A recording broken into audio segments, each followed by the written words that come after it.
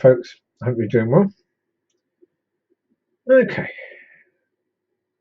this episode is about there are some good eggs out there. There are some good people out there. The thing of it is that we live in a time when the media is 24/7. Because the media is 24/7, they have to have something to sell to get people's attention. And do they? Yeah, they really do have they do a fantastic job of getting the attention of these people by having all the nasty stories playing all day long. They search the internet for it. They even have things that have just come on the internet where somebody said something which may not even be true, but they report it because it comes under that barrier or that banner of nasty. Yeah, we have TV programs about reality TV where you look at people and you think, well, at least I'm not as bad as they are. We're encouraged to look down upon the worst of the worst all the time. That's how our society is. And it's been designed that way on purpose by politicians. They've also, while doing this, created an education system which discourages people to think. Our education systems around the world encourage repeaters, people that just repeat what they've been told. To do the best you can in an exam, you have to more accurately repeat what you've been told. And especially nowadays, because they've taken away, as I said, so many of those subjects that encourage people to think and to reason, like philosophy and art. Most art and music and that sort of stuff was all about drama. It was all about getting people to think, to look outside the box. And they've taken them out because they don't want them. They don't want a situation where when they as politicians do something nasty, that the people don't believe the stories that they put out. They don't want people to be able to think and to reason and to work out that they're lying all the time, these politicians. They don't want people to work out that maybe that the media has an agenda given to it by the politicians to push certain subject matters all the time. All this negative stuff. And you'll often see when governments are trying to bring in new laws for immigration that suddenly there'll be lots of news stories talking about how immigration has got out of control and how this or that immigrant has come into the country illegally and committed a crime. And obviously, if immigration policy was better, that person wouldn't have got in. You're going to see a lot of that when the governments want to bring in some sort of immigration policy that's nasty, that's draconian, just to get the people to back that policy. See, what they do is something called problem, reaction, solution. They have a problem, but they have, sorry, to put it correctly, they have a solution that they're ready to bring out, but they know the public won't accept it. So they have to create a perceived problem to get the public to react and demand the solution that the government already have in play. So therefore, you've got this problem, reaction, solution, and you'll see it all the way through. In the Second World War, the businesses in America wanted desperately, especially the ones who earned their money through warfare, they wanted desperately to get involved in that war, the Second World War, desperately to. But they knew the people were saying, excuse me, this is European, it's got nothing to do with us at all. This is European war. This is the Germans versus the rest of Europe. It's got nothing to do with us at all. Yes, these people are our friends, but we'll help them out as best we can. But we're not going to get involved and send thousands of our young men and women across just to get murdered. So what did the administration do? The administration made sure that Japan attacked them. They put things in place to seriously piss off the Japanese, so the Japanese would have no choice but to attack. We see it again at times in the Kuwait situation, where the first war against Iraq, where there was this fake report that came out about Iraqis were going into hospitals and murdering children, etc., etc. The only thing is, the person who said that at the UN, in front of all of those delegates and whatever, was a daughter of a Kuwaiti ambassador that was trained to say that. Why? Because the Americans, again, who made money from warfare, wanted to sell a load of tanks and guns and planes and ships. So therefore, they needed a war. They needed some form of conflict. They knew they weren't just going to get one because the people didn't want one. So what they had to do was create a situation where there was hatred. So problem, reaction, solution. And you have this all the way through history. Whenever there's been a democracy where the people have a vote and the governing people want to do something, they have to create this illusion every time. They already have the solution, but they need the public to agree to that. So they have to create a perceived problem where the public then scream out for the thing the government wanted to do in the first place. And it's clever. As I say, if you can create enough people in your society who are poorly educated and educated just to repeat what they've been told, you can get away with it every time because there's no one to question you. And the few little voices that do question you will be shouted down by the masses. This is why the church needs to stand up, because of the fact that these politicians have been getting away with it for years. They have, and in the end, we need to brighten things up a little bit.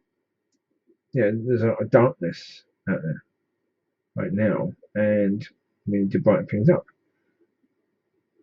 Now, even in that times of brightness, we're going to have some people that are perceived as dark, like Nicky Cruz. Whereas a lot of people didn't want him anywhere near their churches because of his past. Even though he'd been saved and God had set him free from all that stuff and forgiven him, because he had a past of being involved in drugs and gangs and murder, nobody wanted any part of him. Well, some people certainly didn't.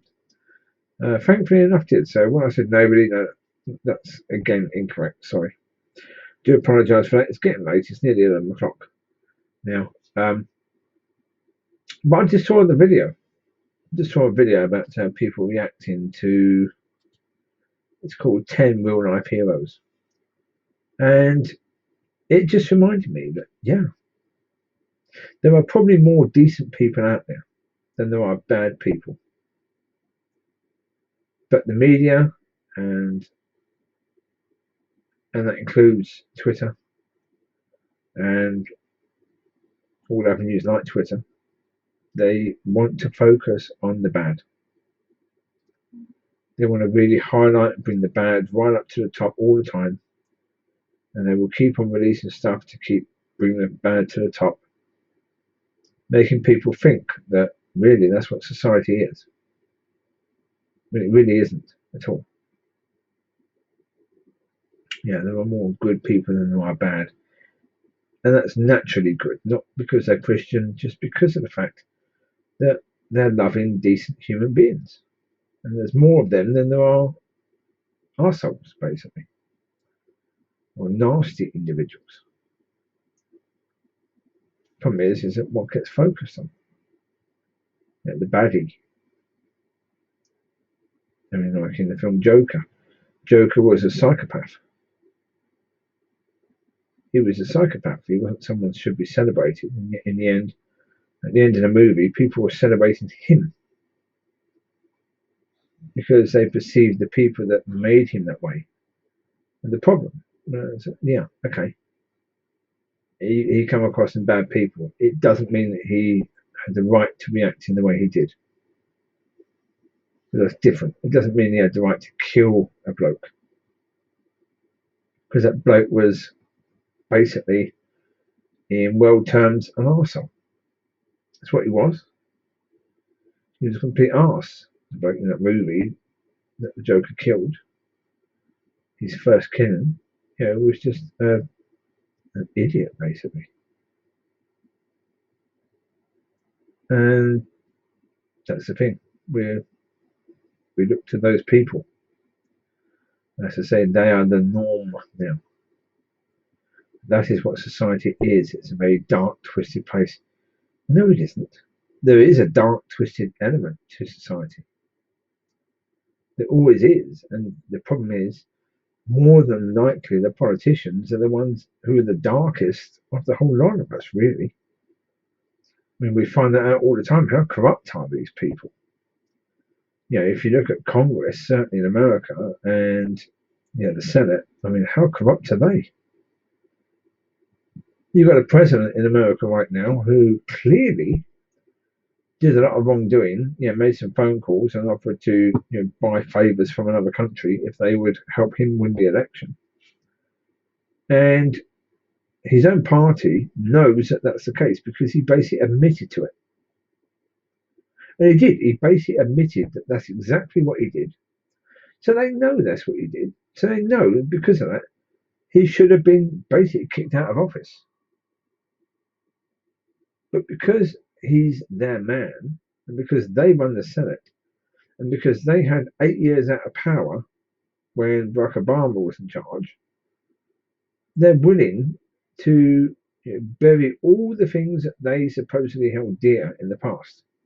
Law and order, and the American way, and the all the other stuff that the Republican Party used to hold so close to their heart, but now they're just thrown away because they've got power. And all they care about is keeping power. So if you want to look for the dark element in society, that's where you're going to find it, really, politicians. And we know we can't trust any of them at all. Not at all. And we know with regards to Brexit, that what was put forward by Theresa May was we stay in Europe, but with no powers at all to change anything. So at the moment, or at the time she gave that, pushed that plan forward, we were in Europe, we had a vote on everything, so we had power in Europe. But what she was basically doing was saying we stay in Europe as we are, apart from we don't have any rights anymore. And that was her version of we leave Europe. Now, okay, I'm no expert on this, but that's what the experts have said was her deal. It was basically a remain, but without any powers. And it was a complete con. They lied to us about that. And then they are telling us that they're fighting for us and that they know that we voted for that, so they're going to make sure that happens. And Boris Johnson is doing the same. And again, can we trust him? No. Of course we can't. Absolutely ridiculous to think that we can trust these people. There's nothing about them we can trust. Oh, and yes. If you look at the photo on this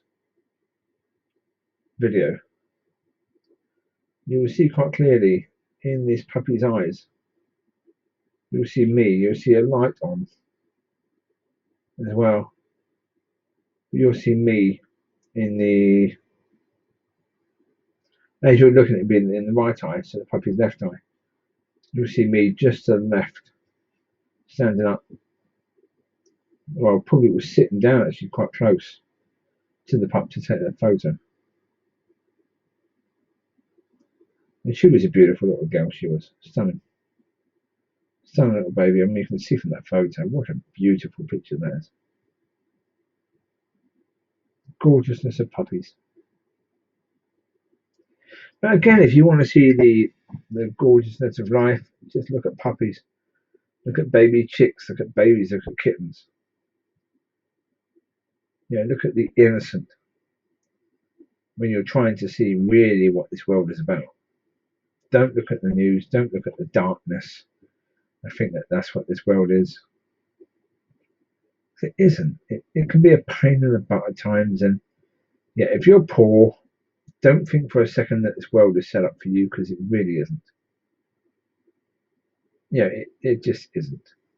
It's set up for those who are willing to stamp all over people to get where they want to be, and those who then become rich and famous,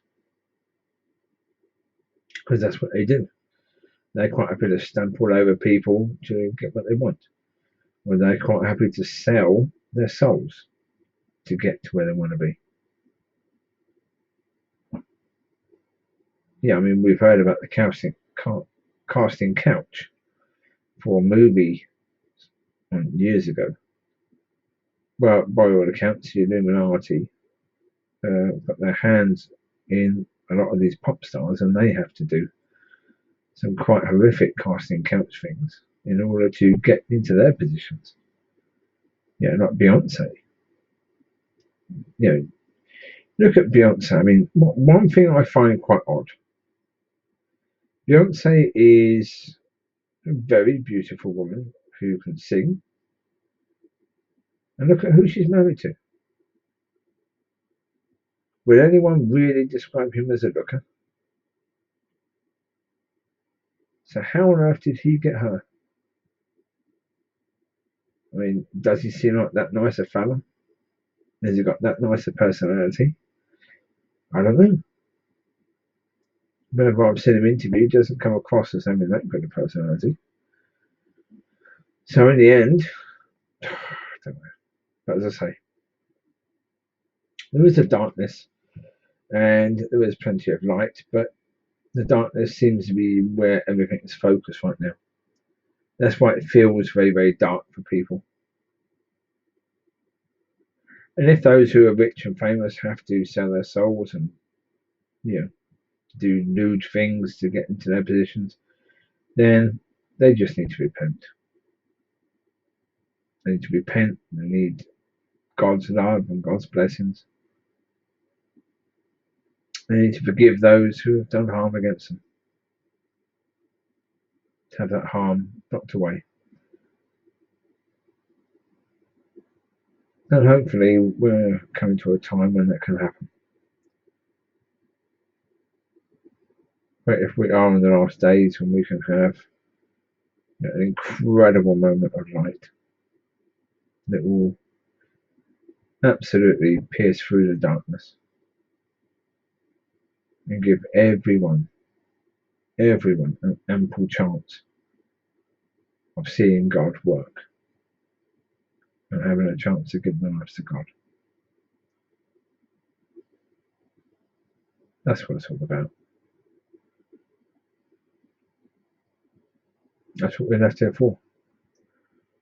Not been left here so that we can go to McDonald's and get a drive-through, or we can watch the last episode or the last season of Stranger Things or whatever other programs we like. We're left here to make a difference, to be a shining light in the dark, depressing world. Where, as I say, if you're poor, you get trod on. That's been the way ever since the beginning of time.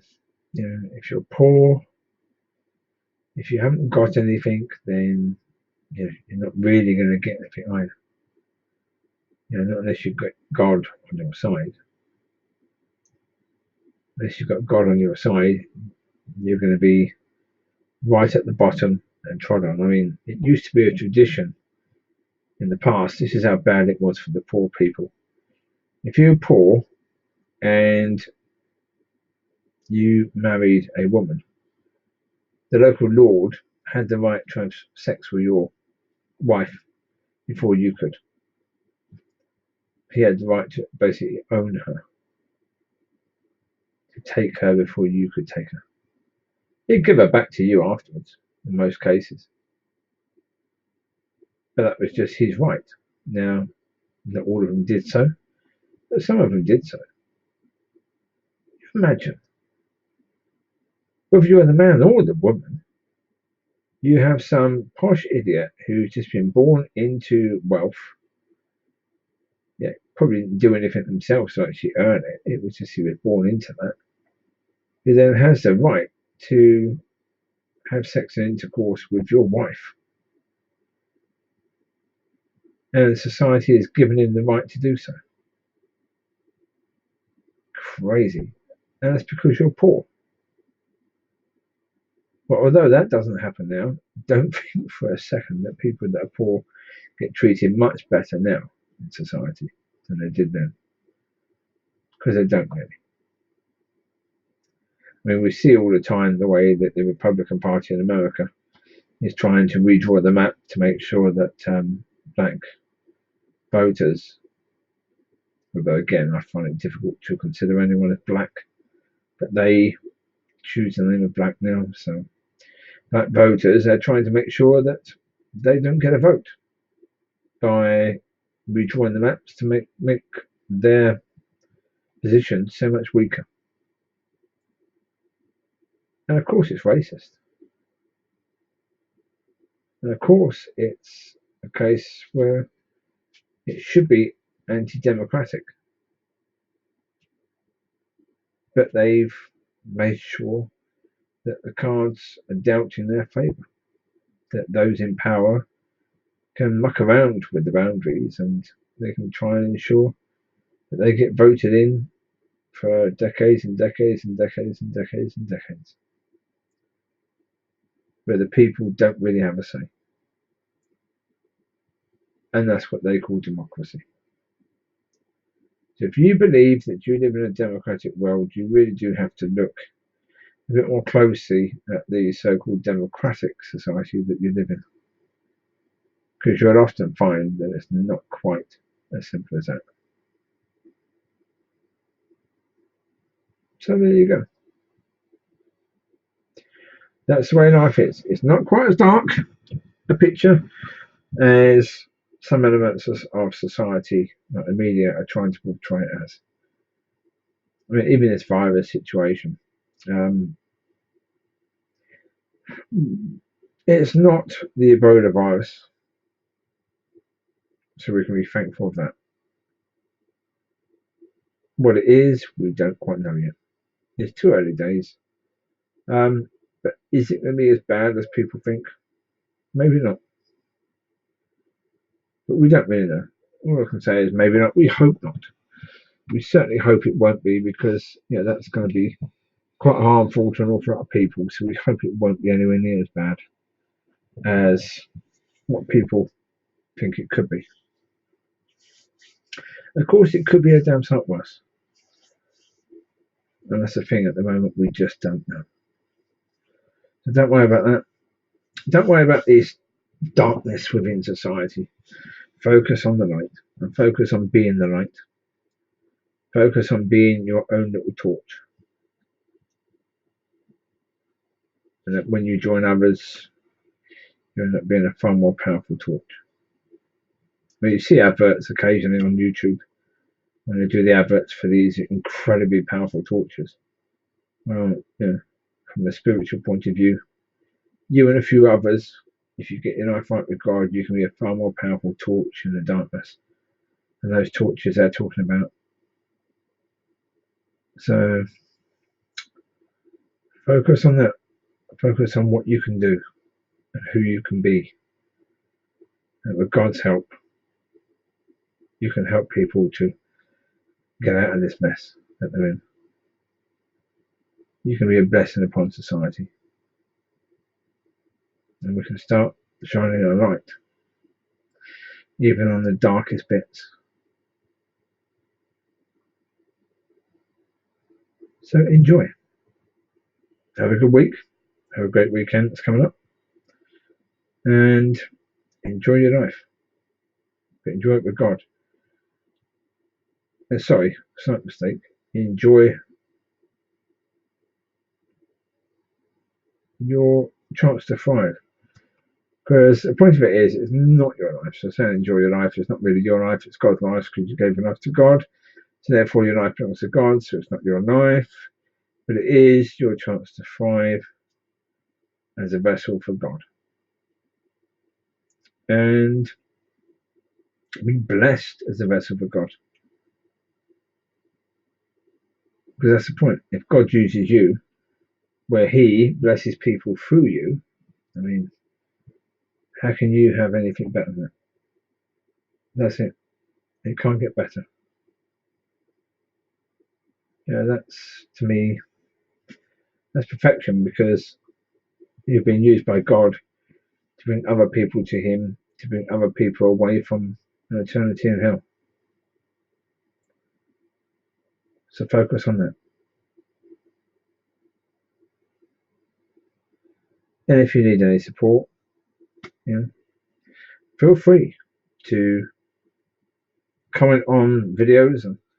But if you're going to comment, try and comment in a way that's going to be adding to the topic, and making some challenging points, etc., etc.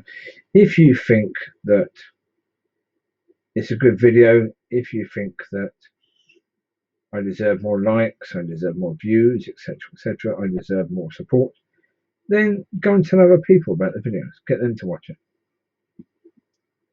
Get your friends. You want to have friends, you want to have family, you want to have people that you speak to. Get into them. Don't tell me how I should be getting more likes, I should be getting more shares, etc., etc., etc. Why tell me that? If that's the case, if you believe that's the case, do something about it. Okay? There's something you can do it. Don't talk about it, do it. Yeah? That's the way we're going to do things in life. If we say we support someone, then support somebody. But then actually support somebody. Yeah? Well, you take care. I will speak to you soon. God bless. Bye-bye.